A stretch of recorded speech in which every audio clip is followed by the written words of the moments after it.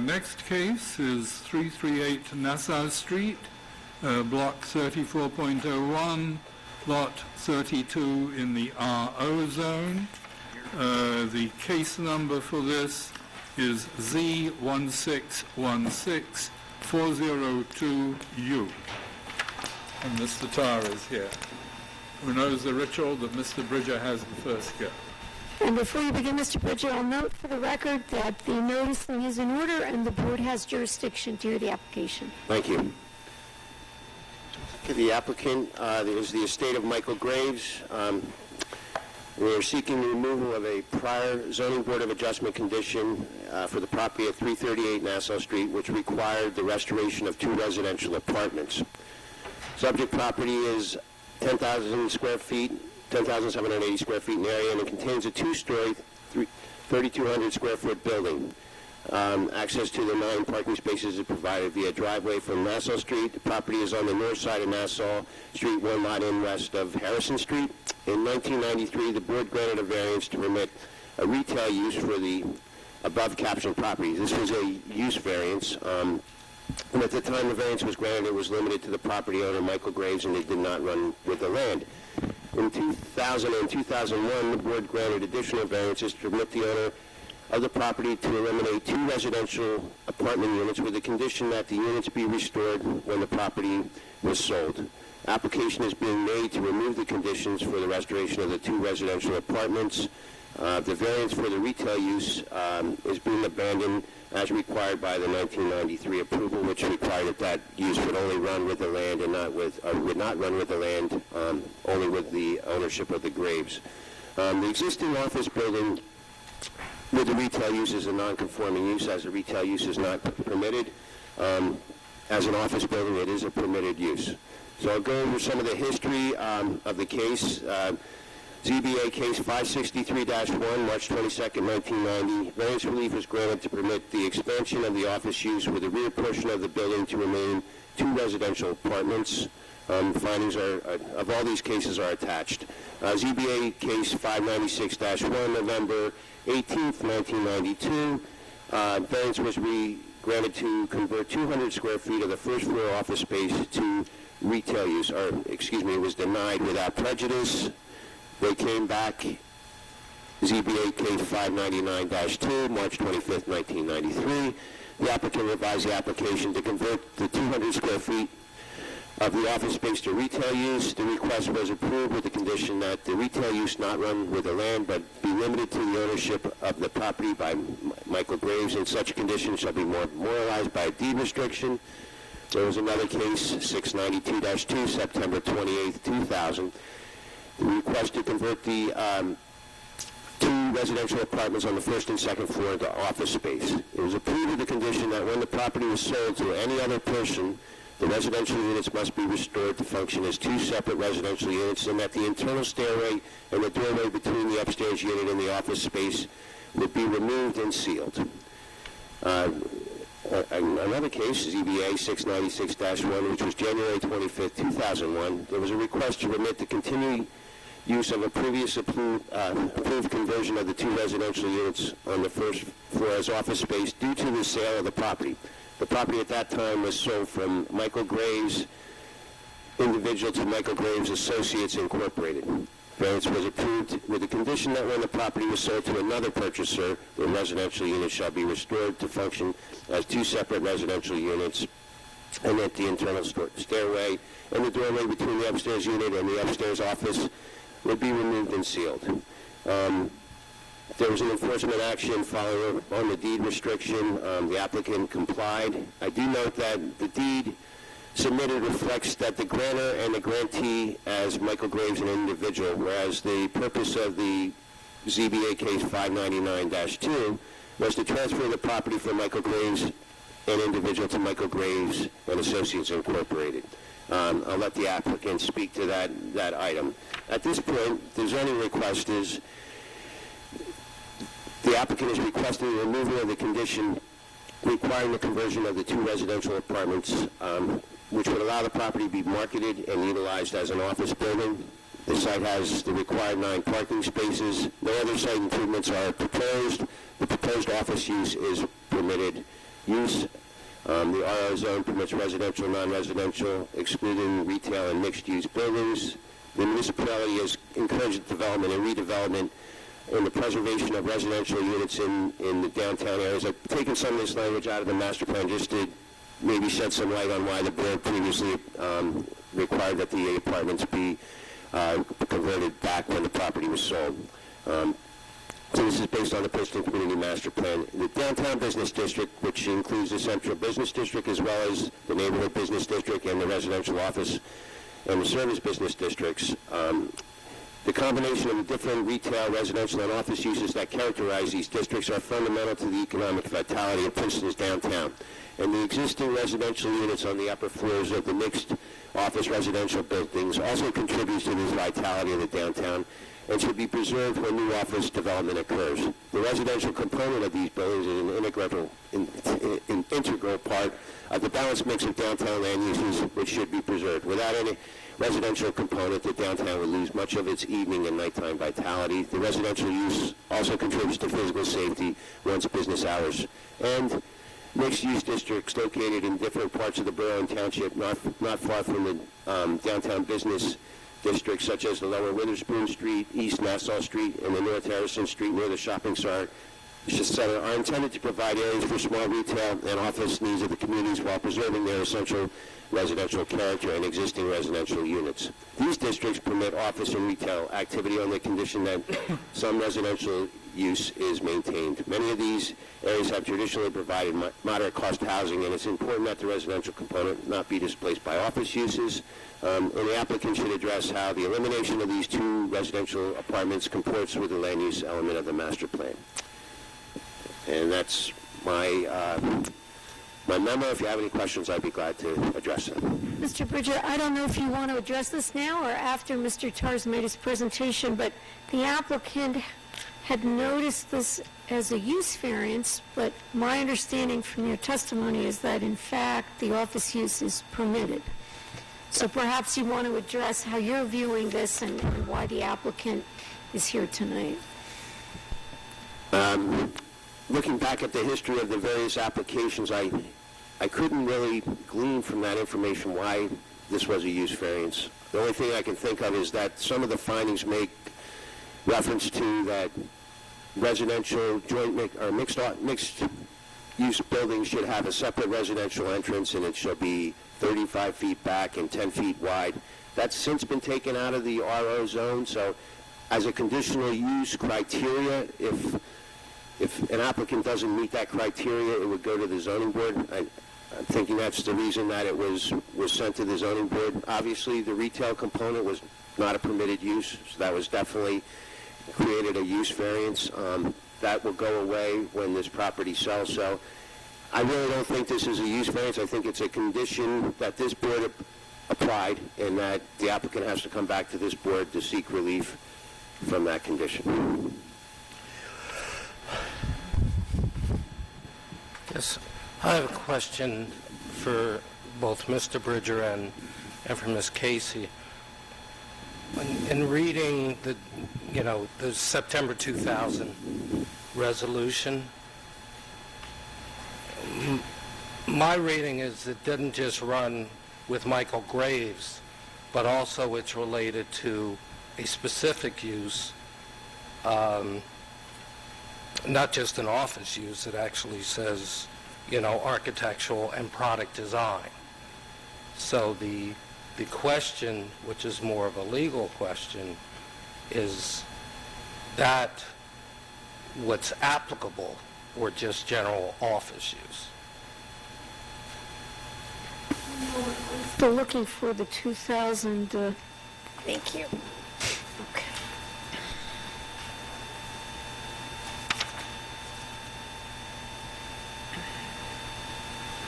And Mr. Fletcher, your question is,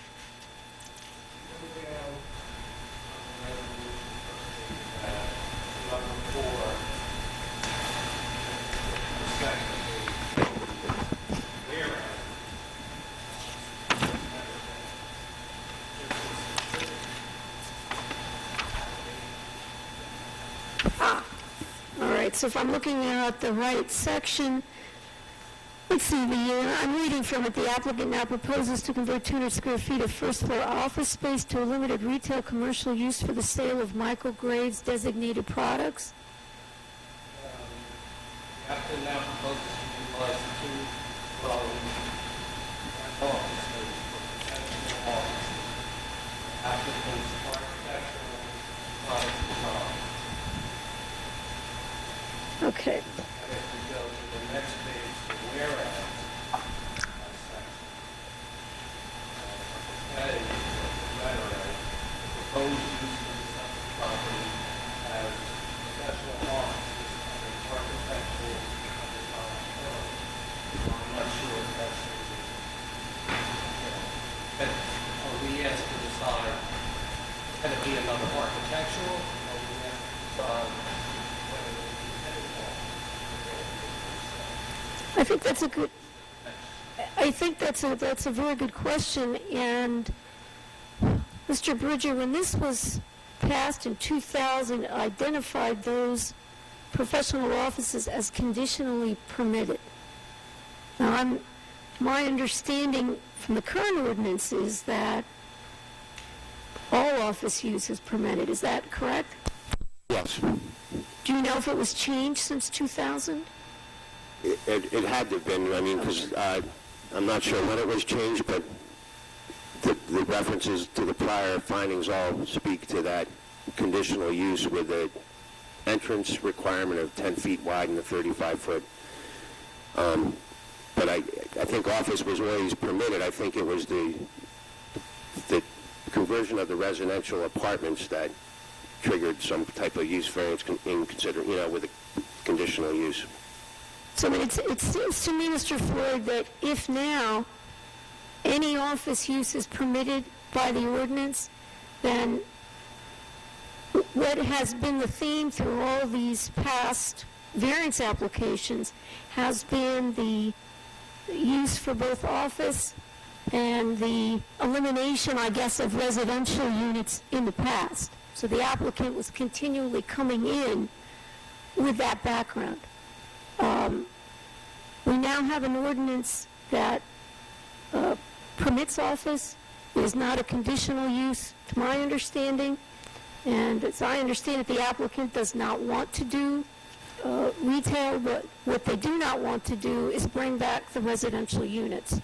So as I understand it, it's that condition that is for your consideration tonight, but I don't think that the office use would now need to be limited to architecture or product design.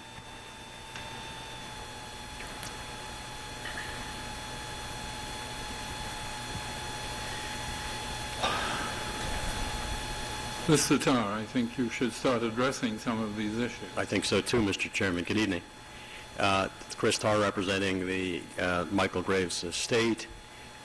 Perhaps I could introduce the folks with me and we could all be sworn at once. James Kamalik is on my right, William King is to my left, and Ryan Kennedy from my office is at the end. Gentlemen, do you swear affirm any testimony you present this evening will be truthful? I do. Okay. Last month, Mr. Kamalik and I were here representing the owner of the adjacent property at 342 Nassau Street, a woman who asked to allow for retail use in a situation where many years ago a fellow had an interior design business just like hers, and he came and asked for a variance, a use variance, to allow for him to use a small bit of his space for retail sales. But the board conditioned that approval so that when he left, that use would terminate. So Ms. Eastridge had to come and ask that it be revitalized for her. She had the self-same business in the same space, and the board graciously granted that relief. And so it's utterly serendipitous that we're here with the building next door asking that you remove the retail use which Mr. Graves used during his lifetime. Is that what you're asking? Well, that's part of what we're asking. Part of what you're asking, but not the important one. Well, you see that we've characterized this as a D/C variance. Yeah. Historically, you've heard that there are a number of applications that were made. Many of them before the Borough Board were characterized as use variances. And since we're asking to be relieved of a condition that seems to have floated through those, we thought it safest to say it was either a C or a D variance. It's relief from a condition that was imposed at a time when there appears to be some question about whether professional offices were conditionally permitted or permitted. I think it's clear to you now from your attorney that the offices of any sort are a permitted use in the building. As I say, Mr. Graves has passed away. The 2001 application was to transfer the title of the building from him personally to his architectural firm. That firm has obviously continued on in the hands of certain of his associates, and rents a space within the building for another couple of years. Likewise, the retail store that was permitted might continue for a couple of years. Mr. King, who sits on my left, happens to be an architect by training, would like to buy the building, and I'm going to have him explain to you the use to which he would like to put this space. But his request to us was that the Graves estate come before you and ask to be relieved of this condition that the two apartments be restored. This was granted by the board some 16 years ago. The entire building's been used for those 16 years as office or as retail space, and the proposal is to, when the lease is up and the Graves people do leave, to give up the retail use and ask that the building be allowed to remain as it is now, all office space. So with that background, I'd like Mr. Kamalik to show you some slides with the area and the building itself. I remind you that his primary qualification is that his office is 2 doors down from this building over at the Whole Earth Center. He is a professional engineer. He's testified here and at the planning board before. He's also going to testify as a professional planner, and I'll ask him as he begins to confirm to you that he is in fact licensed in New Jersey as both a professional engineer and a planner, and that he has testified before this and before the planning board and many other boards in both capacities. With that, I'll turn it over to him and ask him to speak to you. Good evening, everyone. My name is Jim Kamalik from Kensho Resources. I'm having a job hearing you. Jim Kamalik from Kensho Resources, professional engineer and planner. I have provided previous testimony before this board and qualified as an engineer or practicing in the We field. don't need to requalify. In terms of outlining the site location, as indicated on the screen, 338 Nassau Street. You've highlighted the key map here, which is basically the zone map, and highlighted with the blue arrow and the smaller blue square is the subject property 338, as I'm highlighting here. It's the second lot in Jugtown, right at the Harrison Street and Nassau Street corner. It is located in the RO zone, and as I've highlighted in green, you can see the limits of the RO zone. Basically encompasses approximately 4 or so properties in this local area, and is adjacent to the neighborhood business district with other commercial uses, as well as the R3 zone up to the north and to the south. This exhibit is an aerial exhibit just to give you a better picture of the layout of this particular area, with Nassau Street here along the frontage and Harrison Street 1 lot away. The existing building is located generally in the central portion of the property.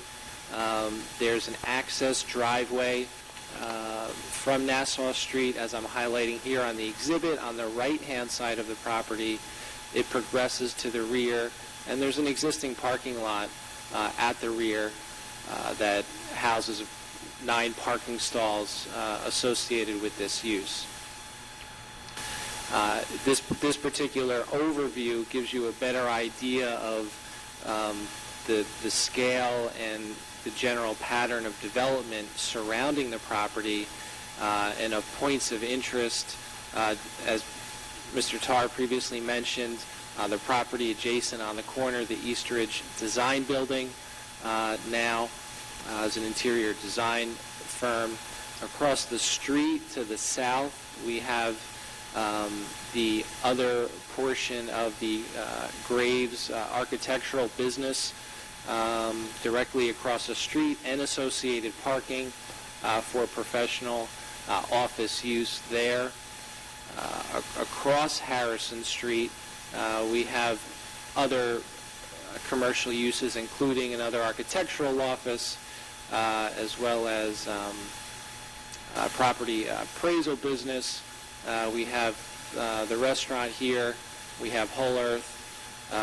My office is right over here, just a couple buildings away. And there are also some other personal services uses along Nassau Street, two hair salons, as well as a real estate office here at the corner. To the left or to the west, you can see that this area butts the R3 zone, where there is single-family residences there that actually front on Evelyn Court. So the backyard, the furthest extent of the backyard, as well as the access driveway and a garage, is what abuts the subject property. So that gives you a layout of the overall development pattern and the types of uses in the area. Again, we are in the RO zone. Both office and residential are permitted uses. The lot area of this particular lot is 10,500 square feet, where 2,000 square feet is the minimum. In terms of the existing uses today, 2,989 square feet of office, as well as approximately 200 square feet of a retail use that was previously discussed pursuant to the multiple prior approvals. In terms of this application, the applicant is seeking to use the property for office use, which is an existing permitted use within the zone, for the cumulative area of 3,192 square feet. As I mentioned, the existing parking quantity does comply with the ordinance requirement for that particular use, and this application does not propose any exterior improvements. This really is a change of use, and I think the purpose of the application really is to review the prior approvals and then also address those conditions in terms of making the record clear for a property transfer going forward for future uses, to make sure that they follow suit and those conditions are addressed or possibly removed. In terms of the prior approvals, I've indicated here 1990 approval of office space that was expanded from 403 square feet to approximately 1,700 square feet with 2 apartments. In 1993, a subsequent application, 200 square feet of that office was converted to a retail use, which was not a permitted use within the zone. And that retail use was unique and limited to the sale of Graves products. Thirdly, in 2000, the apartments, because of a need for office space with the Graves architectural firm, they were converted and expanded into the area on the second floor where there were 2 apartments for that office use. And that was approved, but only if Graves is the building owner. And it may be the case in terms of the use variance approval for 2000. It did include that non-conforming retail use, in 2000, which was carried forward. So even though that office use is permitted in the zone and did not necessarily trigger the relief in 2000, perhaps it was the carrying along of the non-conforming use of the 200 square feet of retail that required that application. The plans before you are similar to what's indicated here on the screen in terms of the overall view. Again, the subject building in yellow in the central portion of the property, and I have also highlighted the property line in blue, basically a square lot fronting on Nassau Street in very, very close proximity to Nassau Street. And you can also see hatched in gray the location of the adjacent structures, the residence just to the west and the garage building, access driveway, as well as the office building. I believe it's the Merrill Lynch building there to the north, and then the podiatrist building here on the other side of Harrison Street, another office-type use. The detailed lot view you also have in your packet, and this gives a little bit more detail on the entry drive coming in, the main porch access to the structure on the south side of the building, as well as the existing parking stalls, 9 by 18 foot parking stalls, 9 by 19 foot parking stalls, excuse me, and the gravel parking lot surrounding. In terms of the bulk requirements and compliance with the zoning ordinance, we've indicated on this particular slide, again, satisfies the lot area. The lot is well below the building coverage at 19%, where 30 is required, below the building height. About half of what the permitted FAR would be on the lot at 0.3, where 0.6 is the maximum. And then in terms of the principal building setbacks, the setbacks all conform with the exception of the existing setback of 3.2 feet for the side yard. As I'm highlighting here, it's an existing non-conforming condition where 10 feet is required based on the historic location of this building, which dates back to the 1700s. It's an existing condition that cannot easily be ameliorated without causing more undue distress to neighboring properties and obviously the building that exists. So that's a hardship C1 relief that we would be seeking for that administrative condition of that side yard setback, as well as any issue that we have with the prior conditions pursuant to the combined office and retail use. Again, the proposed use will be entirely office as part of this application. Just reiterating that in our view, at least to address the record, that this application is due to the resolution condition that should the property owner change, that the two previously existing residential units be reinstated. We request to permit the building to continue to be used as a professional office building, and the applicant is willing, upon cessation of the existing lease, to remove the previously approved non-conforming retail use.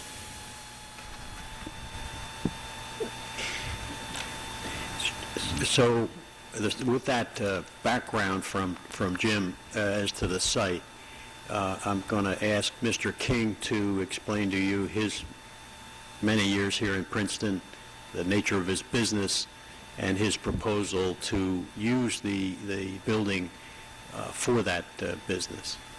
Mr. Tarr, just for clarification, right now the property is deed restricted so that the retail component cannot run with the land. Right. Okay. And one of the things in terms of relief you're seeking is not only then the removal of that condition regarding restoring the residential units, but if the property is transferred, you want to be able to use it for retail use for Michael Graves Associates. Because in that case, then I would have to amend what I'd advise the board that you do need a use variance. Right. So, let me put it in plain English. There's a lease to this Graves successor entity, and the lease will end in 2018. We expect them to stay there until 2018 and then leave. It might leave sooner, with tenants. That's possible, but they have the right to stay there until 2018. Mr. King would like to buy the building now and allow them to stay there until the end of their lease and then go, and then he would use it for his use. So if the condition was that it cannot be conveyed to another person without some things happening, yes, we would convey it now, but the retail use would go away at the end of the Graves lease in 2018. So to the extent that it's a D variance because this retail use in 200 square feet is going to stay in place for a couple of years, then that's true. That's why it would be a D variance instead of a C variance. But it's all about transferring the building to Mr. King to let him use it 100% for his business office. So with that said, unless there are questions about that timing issue. Just if Mr. King goes through with the purchase and then sells it at some point, then will the new owner have to come back in and Well, I'd like, if you were to grant approval, I'd like you to do it with the understanding and based on the facts that I've presented to you. Mr. Graves has passed away. The successors, the other architects in his practice are continuing on in the practice. They might leave the building. We've talked about this last month and before. In several instances, the borough board conditioned certain uses to a particular individual, and in this case, very precisely to Mr. Graves. It's not a common approach. Most zoning boards simply say, all right, you can have a professional office there for your architectural practice and a retail store for your retail goods, and they leave it to the zoning officer if the next person comes along and also wants to have an architectural practice, or like the lady next door, she wants to have a small retail use in connection with her business. That's up to the zoning officer. If he says it's the same, he just allows it to happen. If he has any doubts or concerns, he requires the folks to come before the board. And that's the way it works most everywhere, and for most applications you all hear. There are several of these historic situations where the borough board said only Michael Graves can sell only Michael Graves products in this retail store. It's unique. It's not something I've seen the boards do. So our proposal would be to simply understand that this retail store is winding down. The architectural use might stay 2 years, might leave. You'll hear Mr. King say he's an architect and an engineer, proposes to have his business there. So it's in a sense, it's a... Make a query or a comment about the retail store. On your documentation, you put it in inverted commas, and it's in inverted commas for a reason, I think, having heard many of these previous cases which you're talking about as well. It wasn't a retail use in the sense that is normally meant by retail. It was restricted only to people who might be interested in purchasing Graves stuff. The number of people that were allowed to come in any given period of time was relatively small. That is not a conventional retail use. That's true. And in that sense, it was differentiated from the retail uses that the whole Earth Center enjoys. It can be open when it wants to and all the rest of it. I'll put it this way. I read carefully the 1992 resolution where the Graves folks came in and just said, well, we'd like to have a retail store, and they were denied. And so in 1993, they came back with a very precise and narrow narrowly restricted retail use of the That's sort that you suggest. They had to make appointments, and only a certain number of people per day could come in during the weekdays, and only the smaller items could be displayed and sold, and the furniture and so forth had to be photographs only, pictures. There was very precise restrictions. I gather the issue of a retail use in this particular building was concerning. And our proposal at the end of the day is to get rid of this Michael Graves retail use. It'll go away. So all that would be in the building is the permitted office use. And the only issue is whether what about this condition where when Mr. Graves left, we're supposed to restore the apartments? And that's what we're confronting. But, Mr. Tarr, the application doesn't really make reference or discussion about continuing this retail use once. Right. No, I appreciate the complexity of it, but going back to the concern or what you noted with 342 Nassau, that when a variance is granted, you believe it should run with the land. We're talking here now about a use that's not permitted. You're saying for the time being, Mr. King would want to use it for retail, even though, yes, it's limited and it's for Michael Graves products. But then, so my question is, under your analysis, once the board grants it, it runs with the property and the new owner can use it for retail, even if it's described as retail for architectural / whatever. Well, I'll argue against myself. The chairman remembers clearly the 1993, the care that the board took in limiting to Mr. Graves, and not only that, what Mr. Graves could do there. I've represented to you that the Graves business has a lease and would like to continue for another year and a half to be there. We have to let them be there. It's the lease.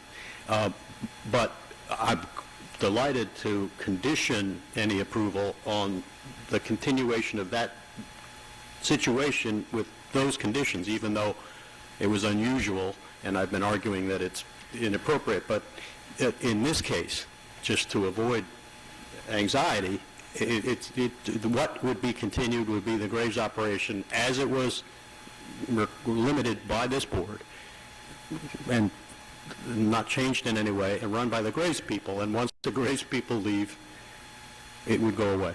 Mr. Tarr, does the estate have termination rights under the lease? Not that I know. No, we have a lease with them. They can leave. I mean, there's anything can happen with a tenant. Mr. Graves is deceased. The business is continuing, but I must tell you that the retail situation there is quite limited. In practical terms, it's simply limited. So You're essentially asking for it to be grandfathered until the lease ends. Yes. And so it's inappropriate to categorically say we want to simply sell it to Mr. King and stop having the retail. We want to stop having the retail when the lease ends. And if that happened after he bought it, that would sort of violate the black letter terms of the prior approval, and we want to be clear about that. The reason I ask is because the noticing talks about a variance to allow the use of the entire building for office use, and to the extent you need site plan, and I realize you have the catch-all on any other variances, but I think what the board's trying to figure out is, so tonight, if they lift the condition, so now with transfer of property, no need to restore residential units. It can be used for the permitted office use. The concern there is this use variance now for the, however we describe it, the limited retail, which I agree with you would run with the property then. We're willing to have it end with the departure of the Graves organization and meet the spirit of that limitation which the Borough Board imposed way back when, that right or wrong, they said when Mr. Graves products only, and when Mr. Graves leaves, it's kaput. and we're quite willing to do that. It's just that it doesn't coincide exactly with the sale of the building, which was the other condition that was imposed. And well, you're representing Mr. Graves' estate, Yes. but the tenant is, the successor to, okay. Right. And would they agree then that they would eliminate the retail use now? Or at the time of conveyance to Mr. King? Well, no, they have a lease. But you're saying that they could leave, so that the tenant can right. terminate the lease. Correct. But the landlord cannot? Right.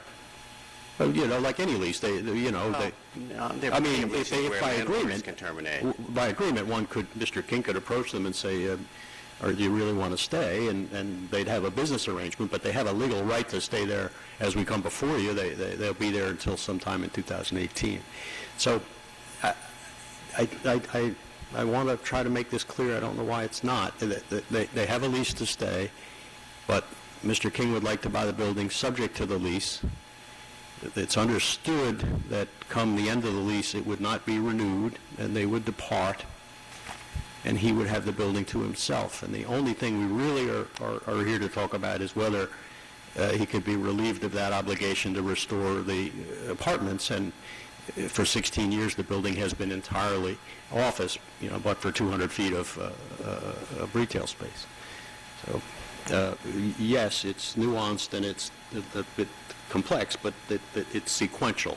The goal is for Mr. King to use it long term for his real estate office, and perhaps we could have him explain. I understand what you're saying, and I'm struggling still a little bit with it. It seems to me that the issue of the two apartments has been something that has been quite important in the former boroughs looking at this piece of property. And I don't quite understand. We in principle have a deed now for the property which has that restriction incorporated within it. Right. Is that correct? That's correct. So that is legally binding, presumably.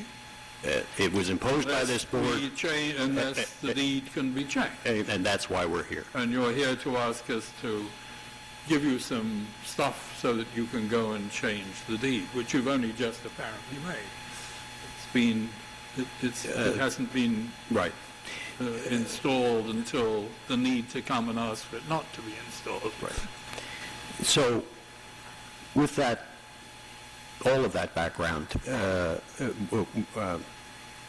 Mr. Kamalik's going to talk again from a planning perspective, having described the buildings around it, and talk about the planning issues that wrapped up around these residential units. But first, on a factual basis, if Mr. King could just explain his proposed use, then we can come. Yes, the planning part was a little bit skimpy on the intent of the two residential apartments. Right. Which was because this is sort of a boundary with what becomes a rather long stretch Right. of purely residential stuff. So because Evelyn Place is so- quite sensitive Right. to Because- that particular law. he's an engineer, so he started off with his engineering testimony after. Now he's going to give planning yeah. after we've heard the intent of the Exactly. potentially new Yes. owner. The planners always like to have all the testimony come in and then form their conclusion on the basis of what they've heard, and so that's what he proposes. Good. Okay. So Excuse me for interrupting. Not the at all. chain of thought. That's quite all right. Mr. King could tell you about his fascinating relationship with the Graves properties and his proposed business. Thank you for the opportunity to address the board. My name is William King. My background from an educational standpoint is I have an undergraduate degree that's a joint degree in architecture and engineering. I came here to Princeton in 1973 and went to work for Ray Bowers, who had his office at 341 Nassau Street, which is where Michael Graves' main office is. We were involved in a number of projects at the time, including the beginning of, because of the recession, we were involved in a lot of design-build work that turned into real estate development work because the clients decided they wanted us to own the buildings as well as design them and construct them and not tie up their finances for non-core assets. So we got into the real estate business, and from there we ended up starting and developing Carnegie Center, which I was the project manager of in the early days of acquisition and remained that way as the managing partner of design, development, and property management through the period 1997 when we conveyed the property to Boston Properties. And the reason why that's relevant is because when we started Carnegie Center, we knew we would have to market the office space, get people to be there, and we felt being on-site managers was very important. It was also much easier to explain, our office being there instead of Princeton, because the office space on Route 1 wasn't as good as Princeton. But I always wanted to be in Princeton. That was the place that where my heart was.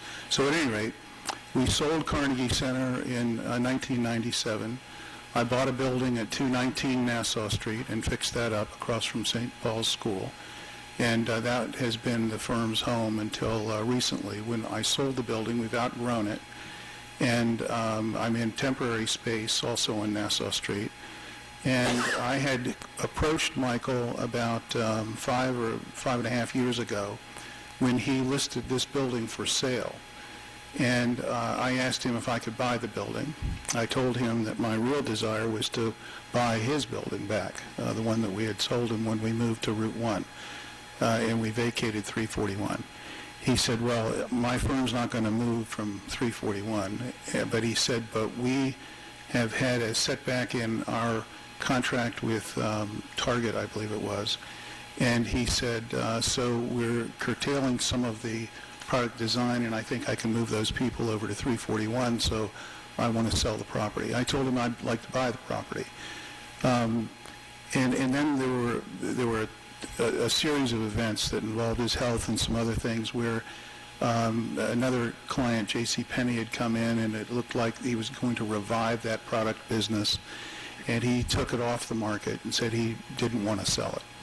But we stayed in touch with one another, and I got to, my construction firm actually did work for him in renovating 341 Nassau. In the meantime, as we all know, Michael passed, and some of the partners in the firm knew that I was still interested. Their CFO called me and said that the partners considered buying the building from the estate and decided not to because their future commitment really was in the design firm and less so in the product firm. And the product firm may actually change, it may get bigger, it may get smaller, whatever, but they would possibly move that. Would I be interested in buying the building? And I said I absolutely would. And I said to, at the time, Chris's firm represents the estate, and so I began the discussion with them and the executor. And I said the only issue I see is all this variance, or whatever it's called, is very confusing to me, and I want to be able to house my firm. My firm is a multidiscipline commercial real estate firm. We do everything from construction, design, development, equity investment, property management in all kinds of real estate. Since '97, it's also been mixed somewhat with residential because we do a number of projects which are mixed-use redevelopment in urban centers, and we do some ground-up mixed use. I have also done about $180 million worth of work in elder care housing for the Presbyterian Homes of New Jersey organization, where I sat as a board member prior to doing work for them. They're now called Spring Point, by the way, and also for the Lutheran Church from Maryland through Pennsylvania into southern New York. What we have is we have about 1/3 of the business is an outsourced real estate department for about 17 different companies. where we perform all the tasks that an in-house real estate department would perform for them. We have a brokerage firm which does commercial leasing. We do property acquisition for our clients as well as ourselves, and dispositions. And we also, as I said, we have a construction company. We have a design affiliate with a fellow named Ed Roth, who was a principal at one point with Roth Johnson, and he shares the office with us and oversees the hiring of design firms and engineering firms. And we also have a property management firm as well. And we have an equity firm. We have about, the business model we have is we have about 6 or 7 full-time employees, and then we hire people that we've been affiliated with over the years as consultants / employees for specific projects. They are not usually housed in our office. They will come and visit us, but they're typically on site where the development takes place or the leasing takes place or the construction or whatever takes place. The design usually takes place in the offices of the architects. We use many different architectural firms. So the point is that we now have been growing because my younger son has come with me and my son-in-law. And so with that younger blood, there's an aspiration to do more work and learn more about the business. And with that, our workload is growing and we need a larger facility. And again, for sentimental reasons, not as much as business, I'd like to be back at that spot in town. And I'd even like to be able to buy Michael's or the firm's building one day at 341 across the street as well and grow into that as well. So that's what my interest is here today, and I hope I didn't make things more complicated because they sound pretty complicated already, but I thank you very much for allowing me to say my piece. Are there questions of Mr. King about the intentions? Then we'll turn it back over to Mr. Kamalik with his planner's hat on.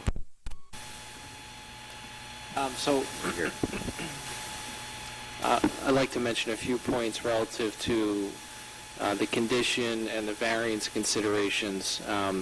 We spoke to this previously, that it's our understanding based on the September 28th, 2000 resolution that the conversion of the building to entirely office use without the previous retail use, quote, could be implemented without the grant of a variance, end quote, since it is a permitted use. Additionally, by the same board findings, quote, conversion of the previous 2 residential units to office in that case is not prohibited by the zoning ordinance, end quote. However, but for the condition of the prior resolutions that indicated that upon a change in owner, that the 2 residential units were to be restored to function, we have applied for this variance in order to excise this condition, and as part of that, make the record clear and simpler going forward. As I mentioned previously, the surrounding uses include office uses and a variety of retail, restaurant, and joint occupancy buildings and residential buildings. As Mr. Tarr had indicated, this building has been used for an office use for the past 16 years in the absence of the residential dwelling units. As we discussed, the previously approved retail use within the building will be terminated and transitioned into an entirely professional office use. Therefore, the non-conforming retail use will be ended, and in that it will result in a greater conformity with the zoning ordinance, given the permitted use. As I mentioned, the lot well exceeds the zoning bulk requirements relative to lot area. It's well below the permitted FAR. It's about half of that building coverage and complies with the setbacks, except for that side yard that we mentioned previously with the variance relief. From looking at the property, being familiar with the local area. Certainly the existing structure and property will remain to be in keeping with the character of this neighborhood, the Jugtown District. This particular type of office, as Mr. King had testified to, is a professional office use typical to real estate development and will be in keeping with other professional office uses in the local neighborhood, which include other architects, interior designers, engineers, property appraisers, real estate offices, and other design and professional office uses. So from that perspective, we feel that it would be in keeping.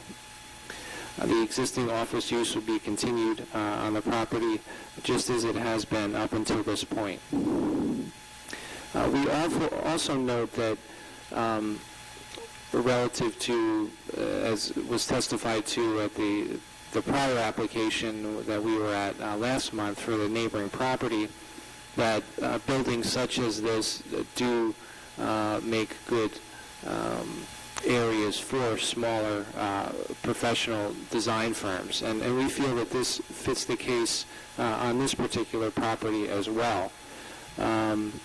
Those of you that may be familiar with this particular area on Nassau Street with the traffic light and the traffic and the traveling down Harrison Street, we would offer that from a traffic standpoint and also from a noise standpoint and nuisance standpoint, that we feel as though the professional office use would be better suited than a residential use on the property, given the proximity to the corner and some of these other nuisance issues, which you can experience if you're in the local area.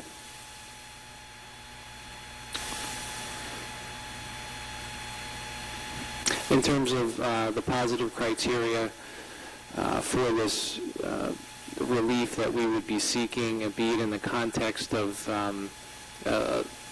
a slower termination of the retail use going forward, concurrent with the existing lease, we would offer that Purpose G would be supported to provide sufficient space in appropriate locations for a variety of various uses, such as commercial uses and open space, both public and private, according to the environmental requirements and in order to meet the needs of all New Jersey citizens. Certainly, everybody's familiar with the property. It's very well maintained, historic building and a contributing building within the district. Again, we would like to see that continue, and we feel that the desirable visual environment would also be furthered with the office use on this property and the simple nature of that use. And lastly, there's also a relation to Purpose J to promote the conservation of historic sites and districts, which is definitely relevant to this point. In terms of some of the other considerations and views that we had relative to the two residential apartments, we wanted to share a few of our thoughts on that, and ultimately it's a decision of the board. But again, this property has operated as an office use for in excess of 16 years without those two residential apartments. Relative to that, the number two apartments on the scale of the entire municipality, we're certainly not aware of any substantial detriment that has occurred as a result of not having those two residential apartments during those 16 years, and it is a relatively extensive time period. We feel as though the office use would be better suited at this particular location, given some of the traffic and noise and nuisance aspects that you find at this particular spot.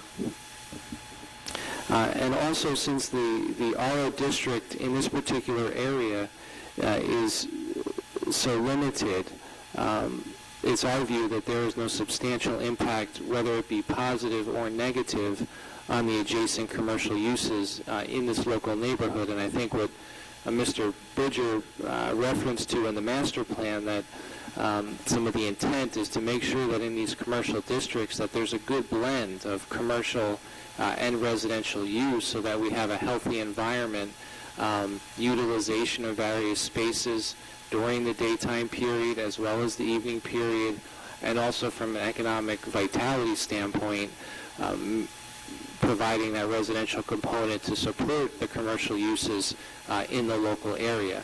So we just offer that in this particular location, in this limited R-zone area, which only comprises several lots, that we think that it's rather different than the central business district that you find further downtown in terms of the density of commercial uses and the expanse of the residential uses that go along with that.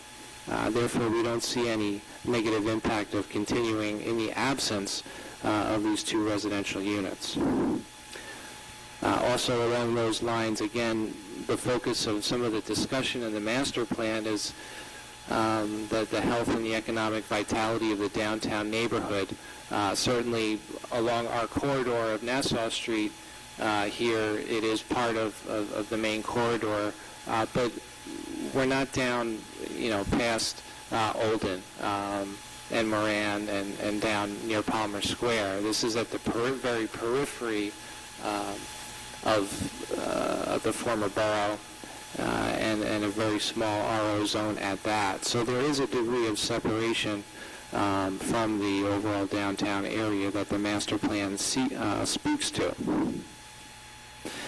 We would also offer that perhaps some of the fears, or I should say concerns, when the variance was originally approved relative to the borough losing residential units and the concern for not having adequate housing, for folks in terms of residential units in this local area, that may have been more of a concern 16 years ago. And we would offer the consideration that perhaps things have changed to an extent relative to some of the increased residential development that we have here in Princeton, though not necessarily along the same lines. There has been a significant increase, just to name a few: Palmer Square, certainly the Avalon development, expanded university housing throughout the area has been very active over the past few years. Copperwood, for example, the Carnival building across from Small World that's currently going up in terms of increased residential use. So in the context of what we're seeking tonight for possible relief on this condition going forward with the conforming use, we would offer that perhaps those conditions and those concerns about losing every last residential apartment may not be as strong as they were 16 years ago, and we ask that you at least consider that with this application. So in conclusion, it would be my opinion that the reinstatement of these two residential units, what could be called phantom units, as we could think about it, will not have a substantial detriment to the overall housing opportunities and the zone plan as a whole. So, Jim, let me ask you this. Derek Bridger and Ms. Casey, as they started out, indicated that offices are permitted in this zone. The entire building can be an office, could be an office, but for a deed restriction which concerns Mr. King and would concern any buyer. This is the conundrum. It could be, can be, is permitted to be entirely an office building. If somebody just came along and wanted to have an office, they could have an office. But Mr. Graves wanted to have an office and a 400 square foot retail store, and so he agreed to have some apartments and so forth. We're asking that you, in a sense, wipe the slate clean. Let Mr. King use it as the zoning ordinance allows it to be used as an office, and relieve him in the future of something that you imposed on Mr. Graves in the past. Is that clear? Mr. Tarr, question for you. Right now, there's a deed restriction on the property. Yes. Are you proposing that that will be replaced by another deed restriction or nothing? The board, it's up to the board. The board caused the restriction to be imposed. The board can modify the restriction. We're asking the board to do that. We've presented the facts to you. The Graves people are going to be there for a year and a half. The King people would like to be there thereafter and have just a regular office. Mr. King put it very nicely. I read all these old resolutions and I didn't know what they said. And all buyers are going to take that position. And it's a confusion that the board imposed because it was Mr. Graves and we wanted to have a very limited retail capability and so forth, and it led to all this. But if at the end of the day you can have an office in the building, just have an office. And so we're struggling with some stuff that went on in the past that's just over with. And yes, we have to sort of carefully put our wording in there to allow, not throw the Graves people out as a function of what you might do tonight. But if we get past that, it's just to be used as a permitted use. The 6 or 7 people and the 9 parking spaces are quite sufficient. No changes to the building to be used as a business like the buildings up and down Harrison Street and Nassau Street. The board imposed a condition. We're asking the board to remove that condition. Let us go on and use the building as other buildings around it are used.